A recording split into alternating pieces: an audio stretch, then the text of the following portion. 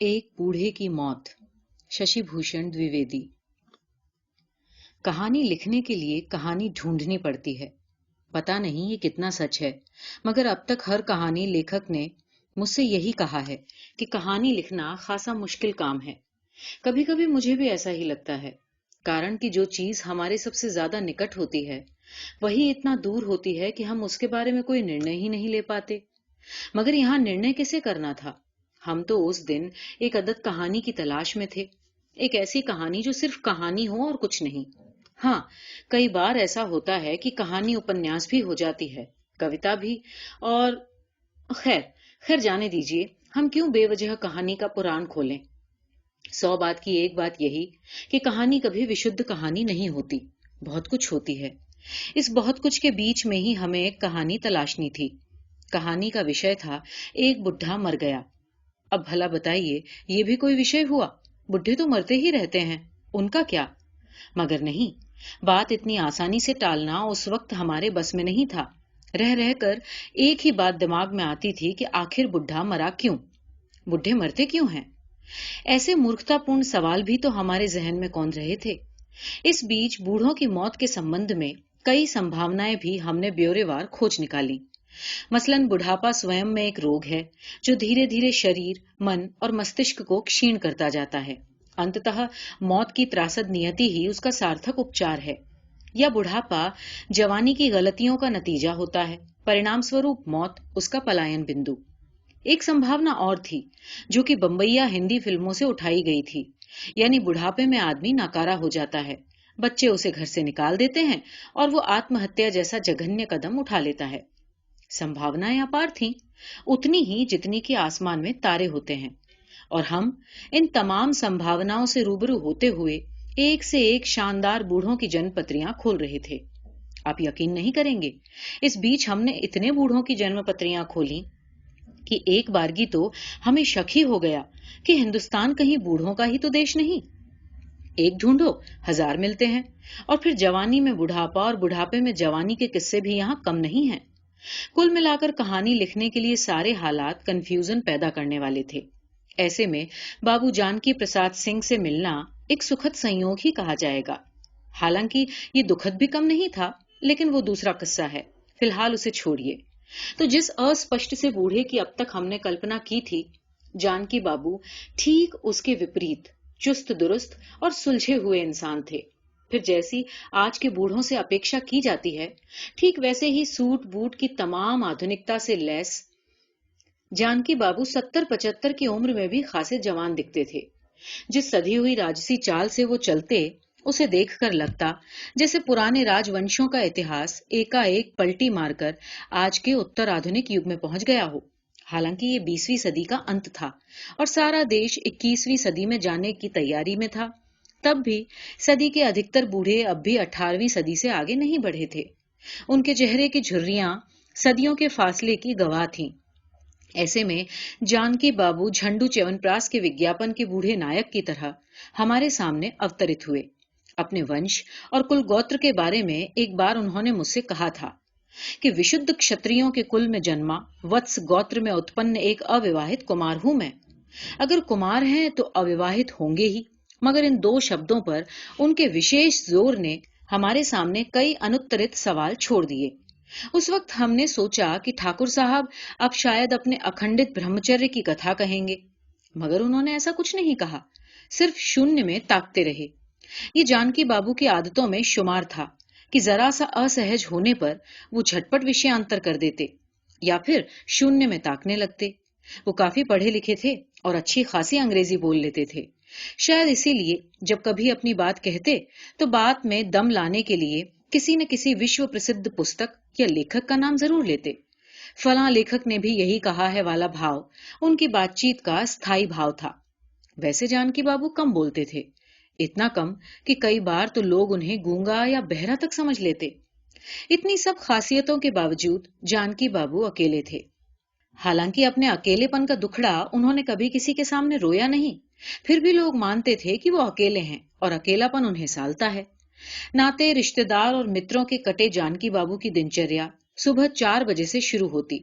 वे उठकर नहाते धोते, पूजा पाठ करते और फिर घूमने निकल जाते। प्रातः भ्रमण का ये शौक उन्हें कब से लगा, कोई नहीं जानता। लेकिन हाँ, लोगों ने जब से उन्हें घूमते देखा है, पीतल की मूठ वाली खूबसूरत छड़ी हमेशा उनके साथ देखी है। एक तरह से यह छड़ी जानकी बाबू की पहचान थी, क्योंकि जानकी बाबू जिस सुबह अपने कमरे में मरे हुए पाए गए, तब भी यह छड़ी उनके हाथ ही में थी। इस छड़ी का प्रयोग भी वो वैसे किसी तलवार की ही तरह करते थे। कभी कभी राह चलते हुए कुत्ते उन्हें घेर लेते तो उन्हें लगता जैसे दुश्मनों ने उन पर हमला कर दिया हो और वे चक्रव्यूह में फंस गए हों।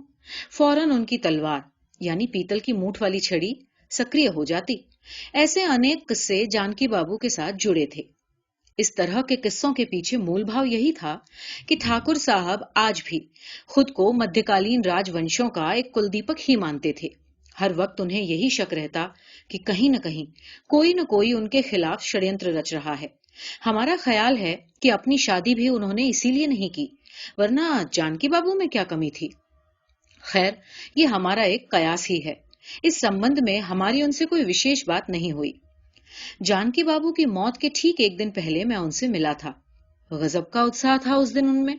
शायद ये खबर उन तक पहुंच चुकी थी कि सुदूर अमेरिका के किसी भूभाग में एक विलक्षण चेतनाशील वैज्ञानिक ने मानव क्लोन का आविष्कार कर लिया है। क्लोनिंग की मोटी जानकारी भी अब तक जानकी बाबू को हस्तगत हो चुकी थी। अखबारों की कटिंग और पत्रिकाओं का पुलिंदा लिए जानकी बाबू उस दिन अपनी स्टडी में बैठे कुछ सोच रहे थे। सोच क्या रहे थे? शून्य में ताक रहे थे, जैसा कि उनकी आदत थी। हमारे यूं अचानक पहुंच जाने से भी उनकी मुद्रा में कोई विशेष परिवर्तन नहीं आया। हाँ, सिर्फ उनके हाथों ने कुछ हरकत की और एक तरह से हमें बैठने का इशारा कर दिया। याद नहीं हम कितनी देर तक यूं ही बैठे रहे। कभी मेज पर पड़े कागजों को उठाते, पढ़ते, कभी जानकी बाबू को देखते। हमने देखा कि उस वक्त जानकी बाबू के चेहरे पर एक गहरी उदासी थी। अचानक उनके मुंह से कुछ अस्फुट से शब्द हवा में लहराने लगे। न हन्यते हन्माने शरीरे। सूक्ति से उठने वाले आरोह अवरोह के बीच में उनकी आवाज जैसे कांप रही थी और चेहरे का भाव कुछ ऐसा था कि ढूंढने वाले उसमें करुणा भी ढूंढ लेते, भय भी, साहस भी और किसी सीमा तक भविष्य भी। नाभिकीय अंतरण विधि के द्वारा शरीर की किसी कोशिका के नाभिक को यांत्रिक रूप से निकालकर तत्पश्चात नाभिक रहित अंडाणु में प्रतिस्थापित करके हल्की विद्युत तरंगें प्रवाहित करो। कोशिका में तीव्र विभाजन होगा, फिर तीव्र विकसित अंडाणु को मां के गर्भ में प्रतिस्थापित कर दो। लो, हो गया तैयार क्लोन। हल्की वेदनामय मुस्कान के साथ जानकी बाबू ने कहा। उन्हें ये जैसे एहसास ही नहीं था कि मैं भी वहां बैठा हूं। उनकी नजरें शून्य में अटकी हुई थीं और पूरे राजसी अंदाज में जानकी बाबू की वाणी कमरे के कोने कोने में गूंज रही थी। उनके हाथों की गति वाणी की लयात्मकता के साथ जैसे एकाकार हो गई। मैं कुछ पूछना ही चाह रहा था कि जानकी बाबू अचानक फुर्ती से मेरी ओर मुड़े, एक जड़ नजर के साथ मुझे घूरने लगे।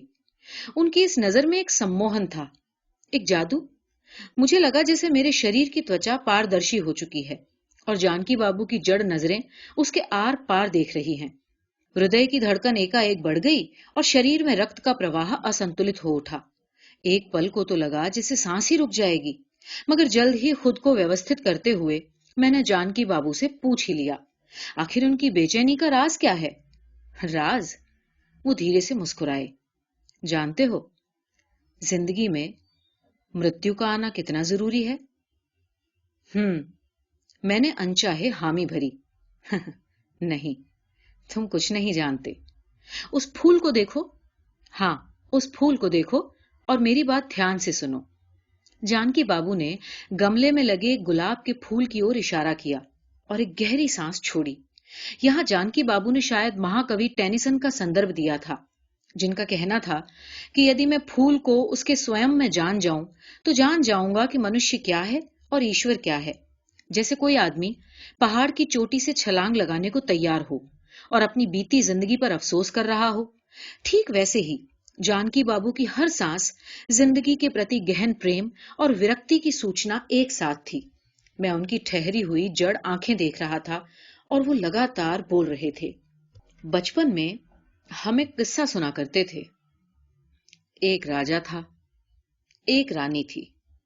उनकी सुंदर सी एक बिटिया थी, बिल्कुल फूल जैसी कोमल। राजा धर्मात्मा था और प्रजा सुखी। प्रजा सुखी हो या दुखी, राजा तो हर हाल में दूर दूर तक प्रसिद्ध हो ही जाता है। मगर यहाँ राजा प्रसिद्ध था तो प्रजा भी सुखी थी। प्रजा और राजा के सुख का यह आलम था कि पड़ोसी राज्य का दुखी राजा इस बात से दुखी रहता था। होता है, ऐसा भी होता है, अक्सर लोग दूसरों के सुख से ही दुखी होते हैं। हाँ, तो पड़ोसी राजा तमाम सुखों के बीच भी दुखी था। उसका ये दुख तब और घना हुआ जब उसने सुखी और प्रसिद्ध राजा की सुंदर फूल सी बिटिया को देखा। पड़ोसी और दुखी राजा तमाम जुगत लगाकर भी जब सुखी राजा की फूल सी बिटिया को न पा सका तो उसने अपने दुख के चरम पर आकर आत्महत्या कर ली। दुखी राजा मर गया, मगर उसका दुख जिंदा रहा और उसने एक राक्षस का अवतार लिया। ये राक्षस इतना तेज और ताकतवर था कि बड़ी बड़ी फौज भी उसका सामना करने से डरती थी। वो बार बार मारा जाता, बार बार जी जाता। उसके जीने मरने की ये कहानी बरसों तक चलती रही। इस बीच वो सुखी राजा भी मर गया और उसकी फूल सी बिटिया भी। कहते हैं एक बार एक ऋषि से उसका झगड़ा हुआ और उस ऋषि ने उसे भस्म हो जाने का श्राप दे दिया। राक्षस भस्म हो गया। भस्म तो हो गया, मगर उसकी आत्मा कलपती रही। ये कलपती आत्मा लंबे समय तक किसी शरीर में न रह पाने के लिए आज भी अभिशप्त है। मौत तो सबको आती है ना बाबू। सो वो राक्षस हर रोज न जाने कहां कहां मरता रहता है। मगर अब जानकी बाबू एकाएक खामोश हो गए। उनकी ये अनगर्ल सी बिना किसी संदर्भ की कहानी मुझे बड़ी अटपटी सी लगी। हालांकि यहां भी उन्होंने प्रसिद्ध दार्शनिक सार्थ का संदर्भ दिया था और कहा था कि आदमी स्वतंत्र है, किसी भी स्थिति में वो अपना निर्माता और सृष्टा स्वयं है। मगर उस वक्त जानकी बाबू की इस कहानी में से मैं कुछ ठोस और भौतिक तत्व निकालना चाहता था। सो मैंने सोचा कि क्या कभी जानकी बाबू भी किसी फूल सी राजकुमारी को चाहते थे। हो सकता है हो सकता है कि वो राजकुमारी किसी कारणवश उन्हें मिल न पाई हो और उनका प्रेम किसी अंधे मोड़ पर आकर आत्महत्या कर बैठा हो।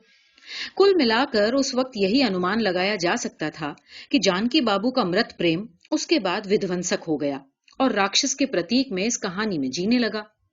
जो भी हो, जानकी बाबू अपनी रौ में बहे चले जा रहे थे।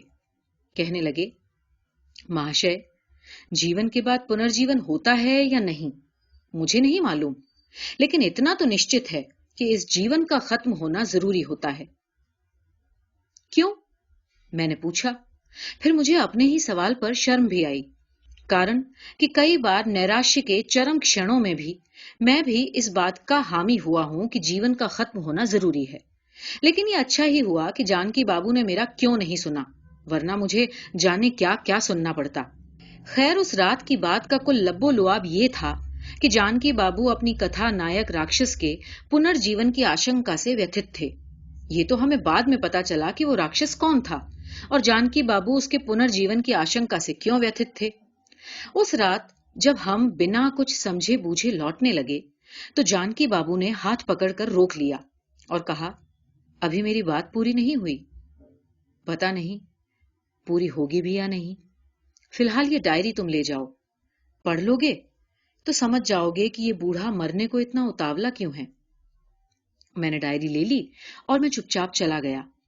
सुबह उठा तो सुना कि जानकी बाबू अपने घर में मरे पाए गए। सचमुच ये खबर सुनकर मेरे रोंगटे खड़े हो गए, कारण कि उस रात जानकी बाबू से मिलने वाला अंतिम व्यक्ति शायद मैं ही था। पुलिस कभी भी मेरा दरवाजा खटखटा सकती थी। इस कदर अफरा तफरी मची कि ख्याल ही नहीं रहा कि जानकी बाबू की डायरी मेरे पास पड़ी है। इस डायरी को पढ़ने का समय भी हमें तब मिला जब हम तमाम पुलिसिया झंझटों से बरी हुए। ज्यादा विस्तार में न जाते हुए क्या ये कहना पर्याप्त न होगा कि पुलिस को कईयों पर शक था। आस पड़ोस से लेकर दूध वाला, धोबी, काम वाली बाई, कोई भी तो नहीं बचा था उनकी शक की निगाहों से। मगर जब कुछ नहीं मिला तो हार कर जानकी बाबू की मौत को आत्महत्या मान लिया गया। हालांकि अंत तक पुलिस ये भी नहीं बता पाई कि ये अगर आत्महत्या थी तो आखिर हुई कैसे। न तो जानकी बाबू के शरीर पर कोई खरोंच का निशान था, न उन्होंने फांसी का फंदा ही लटकाया था। पोस्टमार्टम की रिपोर्ट भी कुछ ऊल जलूल की बातों के सिवा कुछ खास नहीं कर पाई। हालांकि इन ऊल जलूल सी बातों में ही जानकी बाबू की मौत के सूत्र थे। तथापि पुलिस उन सूत्रों को पकड़ने में असफल रही, या हो सकता है कि इन बेकार की बातों की जरूरत न समझी गई हो। खैर, जानकी बाबू की डायरी में एक क्रमवार कहानी थी, और उस कहानी में थी एक क्रमवार डायरी। पिछले 2 सालों से जानकी बाबू की मानसिक हालत का अंदाजा इस कहानी नुमा डायरी से लगाया जा सकता था। पहले पेज 1997 की कोई तारीख थी। लिखा था, आज अचानक सावित्री की याद आ गई। सड़क से गुजरते हुए ख्याल आया कि पास की झाड़ी में एक अकेला फूल पड़ा है, चंपा का। स्मृति 50 साल पहले घिसटती चली गई, जब चंपा के फूल की सफेदी मन में प्रेम की पवित्रता को भर देती थी। सावित्री को देखकर चंपा की याद आती थी, और चंपा को देखकर सावित्री की। श्वेत धवल बादलों पर मन मयूर उड़ा करता था तब। इसके बाद डायरी के 5 पेज खाली थे।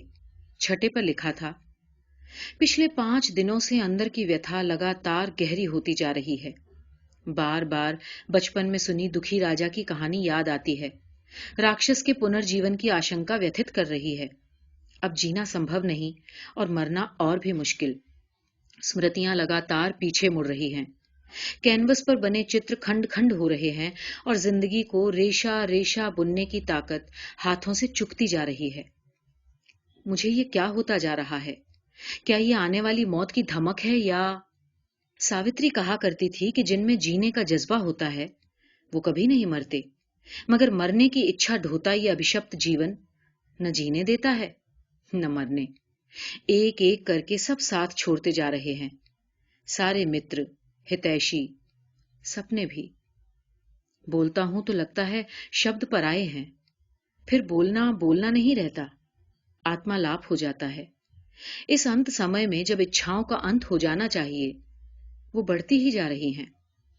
बीते जीवन को लेकर मन में नित नवीन संभावनाएं भी उठती हैं। बीते जीवन का रोना है, ऐसा न होता तो कैसा होता, ऐसा होता तो कैसा होता, काश कि वैसा होता, शादी कर ली होती तो आज जिंदगी क्या होती। सोचता हूं तो मन भ्रमित हो जाता है। अब वैसा रोमांटिक भाव भी नहीं रहा। उस वक्त तो मन पर चरम आदर्श का मुलम्मा चढ़ा था। सपने थे कि आंखों के सामने दिन में भी लहराते हुए लगते, और फिर जब क्रांतियां जग हंसाई बन गईं, तब ये भ्रम टूटा।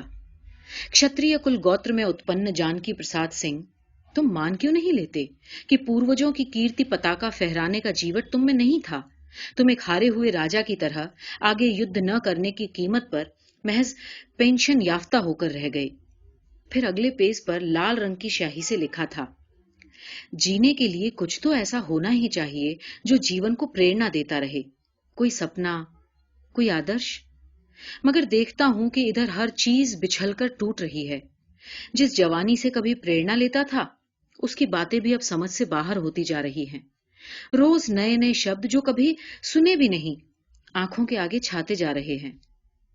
मन जाने किस मायालोक में पहुंच गया है, समझ नहीं आता। इस प्रकार पृष्ठ दर पृष्ठ जानकी प्रसाद सिंह की कहानी आगे बढ़ रही थी। ये एक ऐसी कहानी थी जिसमें कोई उतार चढ़ाव नहीं था। सावित्री नामक जिस चरित्र का जगह जगह जिक्र था, उसके बारे में भी कहानी में कोई पूर्व सूचना नहीं थी, सिवाय इसके कि सावित्री के साथ जानकी बाबू ने एक बार संभोग किया था। कहानी में एक अजीब अंतर विरोध ये भी था कि सावित्री के लिए जानकी बाबू घृणा और प्रेम का इजहार लगभग साथ साथ कर रहे थे। सावित्री जवान थी और मैं उससे प्रेरणा लेता था। ऐसे वाक्य डायरी में कई जगह बिखरे थे। सच पूछिए तो जानकी बाबू की ये प्रेरणा स्रोत सावित्री एक वेश्या थी। वेश्या और प्रेरणा स्रोत, बात कुछ अटपटी है, लेकिन ये सच था, क्योंकि सावित्री एक मंझी हुई वेश्या थी। ये उस समय की बात है जब जानकी बाबू किशोर वय के थे और राष्ट्रीय स्वतंत्रता आंदोलन में भाग ले रहे थे। डायरी में खोजबीन से पता चला कि उस समय जानकी बाबू कभी नेहरू की तरह बोलते तो कभी गांधी की तरह। बात बात में राष्ट्र, स्वतंत्रता और स्वाभिमान उनके चिर परिचित जुमले हो गए थे। घर पर एक बड़ी कोठी थी, जमीन जायदाद थी, नौकर चाकर और कारिंदों की तो खैर कोई कमी ही नहीं थी। एक खास सामंती ठसक के बीच जानकी बाबू का बचपन बीता था। संस्कार थे कि छुड़ाए नहीं छूटते। खादी के वस्त्र के बीच भी स्वर्ण खचित अंग वस्त्रम का ख्याल आता। उस समय भी उनके घर में एक हाथी था, और पिता बताया करते थे कि दादा ने मरते वक्त घर पर 5 हाथी छोड़े थे। हाथी, घोड़े, तलवार और कोड़ों की दुनिया से निकलकर किस तरह से एक किशोर खादी की दुनिया में आया, ये एक लंबी कहानी है। उस संघर्ष के समय में ही शायद कभी जानकी बाबू की सावित्री से मुलाकात हुई होगी। जानकी बाबू द्वारा सुनाए उस मिथक के अनुसार यहाँ हम अटकलें ही लगा सकते हैं कि शायद सावित्री किसी बड़े घर की बिटिया रही हो, राजकुमारी सी लगती हो और फिर किसी कारणवश वैश्या बन गई हो। यह हो सकता है कि वैश्या ही हो। अपने अहम की तुष्टि के लिए जानकी बाबू ने उसे राजकुमारी का दर्जा दे दिया हो।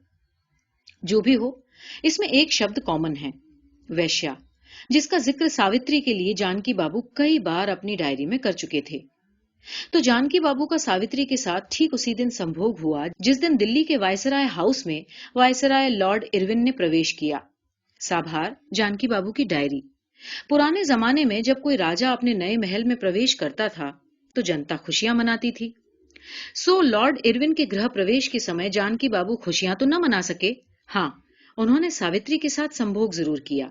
इस घटना का वर्णन करते हुए वो लिखते हैं कि गुस्से से खून खौल रहा है, शिराओं में उत्तप्त रक्त का प्रवाह एक अजीब सी हलचल भरी उत्तेजना पैदा कर रहा है। मन कर रहा है कि एक झटके में सब कुछ नष्ट भ्रष्ट कर दूं। सावित्री को बाहों में लेकर जब मैंने उस विध्वंसक प्रक्रिया को जानना चाहा तो मैंने पाया कि मेरा गुस्सा नपुंसक है। इस नपुंसक गुस्से के साथ जानकी बाबू एक तरफ सावित्री में चंपा के फूल की धवल पवित्रता का पान करते तो दूसरी तरफ उसी शरीर से भयानक दुर्गंध का एहसास भी उन्हें कचोटता। मगर ये सारी बातें गौण थीं। जानकी बाबू की मौत के असली कारण दूसरे थे। जानकी बाबू जब मरे तो उनके हाथ में एक छड़ी थी। जैसा कि कहा जाता है, अंधे की लाठी एकमात्र सहारा, ठीक उसी तरह ये छड़ी ही उनका एकमात्र सहारा थी। जवानी में ये कभी भांजने के काम आती थी, बुढ़ापे में तो हमने उसे सहारे के रूप में ही देखा। जानकी बाबू से बात करते समय लगता कि वो देश, दर्शन, समाज और संस्कृति सभी कुछ जैसे उनकी छड़ी के सहारे ही खड़े हों। जब वो छड़ी हवा में घूमती तो लगता कि दुनिया शेष नाग के फन पर नहीं बल्कि जानकी बाबू की छड़ी के सहारे टिकी है। अपने बारे में इस तरह के जाने कितने भ्रम उन्होंने पाल रखे थे। डायरी के ही किसी पृष्ठ पर लिखा था कि वे सावित्री के प्रेम में जब पड़े तब सारी दुनिया उन्हें अपने आस पास घूमती हुई सी लगती। सावित्री के बौद्धिक तेज से वो कई बार सम्मोहित भी हुए और कई बार आहत भी। एक वैश्या के बौद्धिक तेज ने उन्हें इस कदर अभिभूत कर रखा था कि बस पूछिए मत। उसके शरीर से खेलते हुए भी उन्हें यही लगता जैसे वे किसी रहस्यमयी डाकिनी के संसर्ग में हैं। वैसे सावित्री कुछ भी थी ऐसी। उसका कमरा एक आम वैश्या की तरह इत्र फुलेल में सराबोर नहीं रहता था और न ही ग्राहकों की ज्यादा लपड़ झपड़ होती थी। उसके कुछ खास ग्राहक थे जो उसके मुरीद भी थे। उसके इन ग्राहकों और मुरीदों के बारे में भी जानकी बाबू के बड़े दुरुस्त विचार थे। उन्होंने लिखा था कि ये अक्कड़ फक्कड़ से लोग जब आते तब सावित्री खुशी से खिल जाती थी। ये अजीब लोग थे, न कभी दारू पीते न प्यार मोहब्बत की सस्ती बातें करते। ये हमेशा कुछ अल्लम गल्लम बतियाते जो उस वक्त मेरी समझ में नहीं आता था। एक बार जानकी बाबू ने सावित्री के कमरे में बारूद और कुछ तमंचे देखे। उन्हें बहुत आश्चर्य हुआ और जब सावित्री से उन्होंने पूछा तो उसने हंसकर टाल दिया। सावित्री को चंपा के फूल बहुत पसंद थे और जानकी बाबू रोज उसके लिए चंपा के फूल की एक माला ले जाया करते थे। ये रोज का क्रम था। इसमें व्यवधान तब पड़ा जब एक दिन सावित्री ने जानकी बाबू से कमल के फूल की मांग कर डाली। ये भी एक पुराना तरीका था कि गुरु दक्षिणा में शिष्य वही कुछ देने को बाध्य होता जिसकी गुरु इच्छा करता। सो जानकी बाबू कमल के फूल की तलाश में निकल पड़े और जब 4 दिन बाद जानकी बाबू को कमल का फूल मिला तो उन्होंने सावित्री के घर की राह पकड़ी। और लीजिए साहब, कहानी में यहां से एक नया मोड़ आ गया। जानकी बाबू के अनुसार जब वो प्रथम स्वतंत्रता संग्राम का प्रतीक चिन्ह यानी कमल का फूल लिए हुए सावित्री के घर गए तो उन्होंने देखा कि बारूद के एक भयानक विस्फोट से सावित्री का शरीर तार तार हो चला है। खून के धब्बे दीवारों पर उस हादसे का बयान दे रहे थे। जानकी बाबू ने किसी तरह खुद को संभाला और कहा, न हन्यते हन्यमाने शरीरे। उस वक्त उनके हाथ में कमल का फूल था और उसी से उन्होंने सावित्री को श्रद्धांजलि दी। इस घटना पर जानकी बाबू ने अपनी डायरी में लिखा, कीचड़ में ही कमल खिलता है। जो होना था हो चुका। सावित्री मर गई और जानकी बाबू को पागल कर गई। जानकी बाबू पागल हो गए और शहर छोड़कर क्रांतिकारी। कभी इस शहर तो कभी उस शहर, दर दर भटकते जानकी बाबू ने उस दौर में कई खतरनाक कारनामे अंजाम दिए। गांधी जी से उनका मोहभंग हो चुका था और देश का एक बड़ा तबका जल्द से जल्द अपने सपनों को साकार करने की उतावली में था। जानकी बाबू ने कुशल योद्धा की तरह इस युद्ध में भाग लिया और बहुत ही जल्द अपने लोगों के बीच हीरो बन गए। एक नहीं, कई कई बार जानकी बाबू मौत के मुंह से बाहर आए थे, मगर उनका गर्म खून था, कभी हार ही नहीं मानी। फिर देश स्वतंत्र हुआ, अपनी सरकारें आईं। एक लंबे समय तक जानकी बाबू गुमनाम रहे।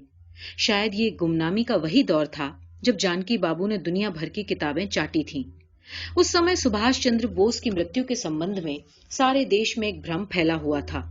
लोग ये मानने को तैयार ही नहीं थे कि बोस मर भी सकते हैं। गली मोहल्लों में अक्सर ये बात उठती कि सुभाष बाबू मरे नहीं, बल्कि अंग्रेज सरकार को चकमा देकर कहीं गायब हो गए हैं। सही समय पर वापस आएंगे और देश को अंग्रेजी पिट्ठुओं से बचाएंगे। सुभाष बाबू के बारे में ये अफवाह और जानकी बाबू का वो गुमनामी जीवन लगभग एक ही समय की दो प्रमुख घटनाएं थीं। इन दोनों घटनाओं के बीच का सूत्र ये था कि जानकी बाबू की कद काठी कुछ कुछ सुभाष बाबू की तरह ही लगती थी और लोग अक्सर उन्हें सुभाष बाबू का ही रूप समझ लेते। उन दिनों जानकी बाबू अयोध्या में एक कुटिया बनाकर रहते थे। दाढ़ी बना ली थी और हमेशा एक राम नामी दुपट्टा ओढ़े रहते। जानकी बाबू लिखते हैं कि उन्होंने करीब 20 वर्ष तक लोगों की इस आशावादिता का सम्मान किया और अपने बारे में तमाम तरह की अफवाहें सुनते रहे। फिर एक दिन की बात, जानकी बाबू सरयू के किनारे खड़े थे। सूर्य अस्ताचल में था। चारों ओर एक अभूतपूर्व शांति बिखरी थी, सिवाय एक बांसुरी की धुन के जो रह रहकर उनके कानों तक आती और लौट जाती। मंत्रमुग्ध से जानकी बाबू इस बांसुरी की धुन में खोए रहे। जब चेतना लौटी तो पाया कि उनके शांत पड़े खून में फिर से गर्मी आ गई है। उन्होंने उस बांसुरी वादक की खोज की तो पाया कि सरयू किनारे एक बुढ़िया हाथ में बांसुरी लिए अकेली बैठी है। जानकी बाबू को अचानक सावित्री की याद आई और उन्होंने देखा कि बुढ़िया के चेहरे में सावित्री का चेहरा लहलहा रहा है। बिना किसी सामान्य शिष्टाचार के जानकी बाबू ने जब उससे कहा कि बहन, तुम्हारी बांसुरी में पहली बार मुझे प्यार के नहीं घृणा के स्वर सुनाई दिए, तो बुढ़िया बोली, भैया, ये बांसुरी एक युद्ध का तुमुल घोष है। जानकी बाबू हतप्रभ उसे देखते रहे और बुढ़िया अंतर ध्यान हो गई। जानकी बाबू ने लिखा है कि इसके बाद उन्होंने अयोध्या छोड़ दी और काशी आकर बांसुरी बजाना सीखने लगे।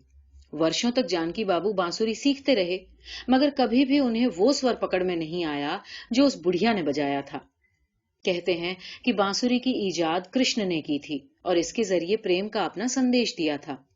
जानकी बाबू ने भी बांसुरी का उपयोग किया और युद्ध का संदेश दिया। वो जब भी बांसुरी बजाते तो उन्हें लगता कि दुनिया में कहीं न कहीं किसी न किसी कोने में विद्रोह का बिगुल बज उठा है। वो खुश होते और फिर दूने जोश से बांसुरी बजाते। जानकी बाबू को अपने जीवन में दो चीजों से विशेष प्रेम था। एक तो पीतल की मूठ वाली छड़ी, दूसरा उनकी बांसुरी। छड़ी भीतर से खोखली थी और जानकी बाबू अपनी बांसुरी को छड़ी के खोखल के भीतर ही छुपा कर रखते थे, मानो वो कोई अवैध हथियार हो। जानकी बाबू के अंतिम वक्त में भी ये बांसुरी उनकी छड़ी के खोखल में ही थी। जानकी बाबू ने लिखा कि जब रोम जलता था तो नीरो बांसुरी बजाता था। मैं भी बजाता हूँ, क्योंकि दुनिया में कहीं न कहीं तो ये आग जलनी ही चाहिए। तो इस तरह अपनी अंतिम सांस तक जानकी बाबू बांसुरी बजाते रहे और जलते हुए रोम को अपना आशीर्वाद देते रहे। जानकी बाबू ने लिखा कि दुनिया जैसी है उसे वैसी नहीं होना चाहिए, चीजों को बदलना होगा। चीजें बदलती भी हैं, मगर सवाल बदलाव के हथियारों का है। सारी दुनिया अपने अपने हथियारों के लिए लड़ रही है। इस लड़ाई में जानकी बाबू अपने हथियार को कितना सुरक्षित रखते हैं, ये तो जाहिर हो ही गया। अब दूसरी बात कि लड़ते हुए जानकी बाबू ने आत्महत्या क्यों की और किस तरह की। तो जानकी बाबू की हत्या या आत्महत्या का किस्सा कुछ इस तरह है। उस रात जब जानकी बाबू मानव क्लोन के आविष्कार से हतप्रभ थे और निराशा के उस दौर में मुझे दुखी राजा की कहानी सुना रहे थे, ठीक उसी रात एक और घटना घटी। जानकी बाबू अपने कमरे में बैठे जीवन और मृत्यु की संभावनाओं पर विचार कर रहे थे। उनके हाथ में जापानी यौगिक क्रियाओं की एक पुस्तक थी। अपने गुमनामी के दौर में जानकी बाबू ने इस तरह की यौगिक क्रियाओं का खासा अध्ययन किया था और व्यवहारिक प्रयोग भी। सिर्फ एक हाराकीरी ही थी जिसका उन्होंने कभी प्रयोग नहीं किया था। वे हमेशा विचार ही करते रहे। उन्होंने सुना था कि हाराकीरी करने वाला आदमी मरता नहीं, सिर्फ शरीर छोड़ता है। अपने तमाम कर्मों की स्मृति के साथ सही समय पर वो नए शरीर में प्रवेश करता है। उसकी यात्रा फिर वहीं से शुरू होती है जहां उसने छोड़ी थी। जानकी बाबू ने लिखा, मैं कर्म बंधन से मुक्ति नहीं चाहता। अभी मुझे बांसुरी के उस स्वर को पकड़ना है जो उस बुढ़िया ने सरयू के किनारे बजाया था। और फिर जानकी बाबू उस छड़ी के खोखल से अपनी बांसुरी निकालकर बजाने लगे जो उनके हाथ में थी। ये रात के कोई 9 बजे का समय था। लोग अपने अपने घरों में दुबक चुके थे। जानकी बाबू की बांसुरी की धुन ने जैसे उन सबको एकाएक सोते से जगा दिया। कुछ खीजे, कुछ बौखलाए, कुछ ने शराब का सहारा लिया तो कुछ ने टीवी की हाई वॉल्यूम पर सब कुछ भूलने का प्रयास किया। कुछ ऐसे भी थे जो गुस्से से झींकते जानकी बाबू का दरवाजा पीटने लगे। जानकी बाबू ने उस वक्त लिखा, लगता है मानव क्लोन आ गए हैं। लड़ाई अब अपने अंतिम दौर में है। दरवाजा पीटते लोगों का शोर जब ज्यादा बढ़ गया तो जानकी बाबू उठे। दरवाजा खोला तो देखा कि बीसियों तमतमाए चेहरे उनका स्वागत कर रहे हैं। जानकी बाबू को उन सब चेहरों में धुंधलाता हुआ सावित्री का चेहरा भी दिखाई दिया। जानकी बाबू इससे पहले कुछ कहते कि लोगों ने उनके हाथों से बांसुरी छीन ली और उसके 2 टुकड़े कर दिए। काफी देर तक लोग बड़बड़ाते रहे और जब बड़बड़ाते हुए गए तब जानकी बाबू ने टूटी हुई बांसुरी के टुकड़े उठाए, उन्हें अपनी छड़ी के खोखल में सहेज कर रख लिया। इस बार उन्होंने उसे किसी हथियार के रूप में नहीं बल्कि किसी पुरातात्विक स्मृति चिन्ह के रूप में सहेजा था। मैं शायद इस घटना के बाद ही उनसे मिला था। अपनी डायरी में उन्होंने जो अंतिम बात लिखी थी उसका कुल सार यही था कि क्या आदमी को अपनी जान लेने का अधिकार है। ये एक गंभीर दार्शनिक सवाल था जिसे वे मानव क्लोनों की मायावी दुनिया के बीच से पूछ रहे थे।